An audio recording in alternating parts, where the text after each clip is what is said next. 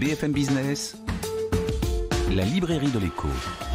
Les livres d'hier et de demain. Et on se retrouve avec notre bibliothécaire Eva Jacot. Nous rions parce qu'elle va nous parler de Cendrillon, mais pas la Cendrillon des contes de fées, la Cendrillon de 2007, la Cendrillon d'Éric Reynard. Eva Jacot. Oui, en effet. Alors, Éric Reynard a écrit ce livre pendant la campagne présidentielle de 2007. C'est un roman qui traite des classes moyennes. C'est un réquisitoire sous forme d'analyse du système économique français et une critique de la société et surtout de la bourgeoisie de gauche.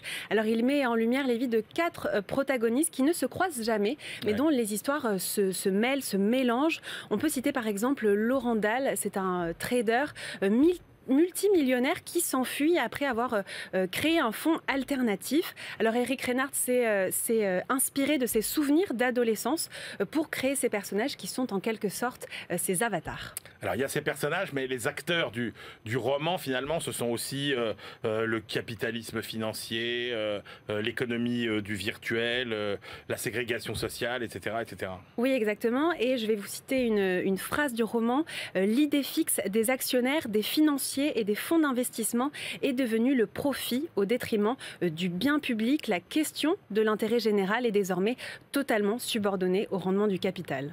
Alors, c'est un roman évidemment sur ceux qui aussi quelque part subissent un petit peu ce que lui appelle les lois du marché. Oui, exactement. Et le point commun des personnages de ce roman, c'est d'avoir un père humilié dans son travail. Alors, comme dans Le Moral des ménages qu'Éric Reynard écrit en 2002, l'histoire débute dans la banlieue, dans les lotissements à l'américaine et ses pavillons.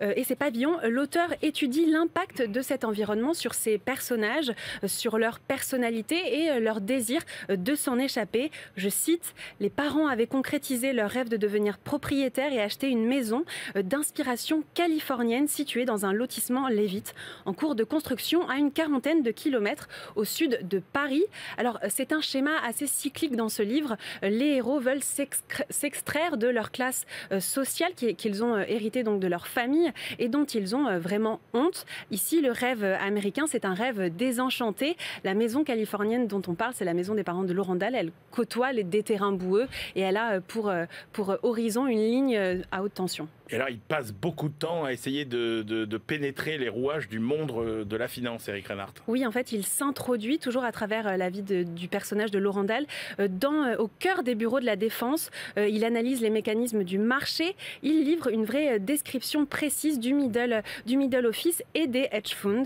Alors, Éric Reynard cherche à comprendre les motivations des traders, ces personnages qui sont désignés comme des ennemis. Dernière citation, cet objectif que Laurent Dalle s'était fixé, devenir trader, se distinguer du tout venant du salariat par une fonction prestigieuse, se matérialiser sous ses yeux toute la journée.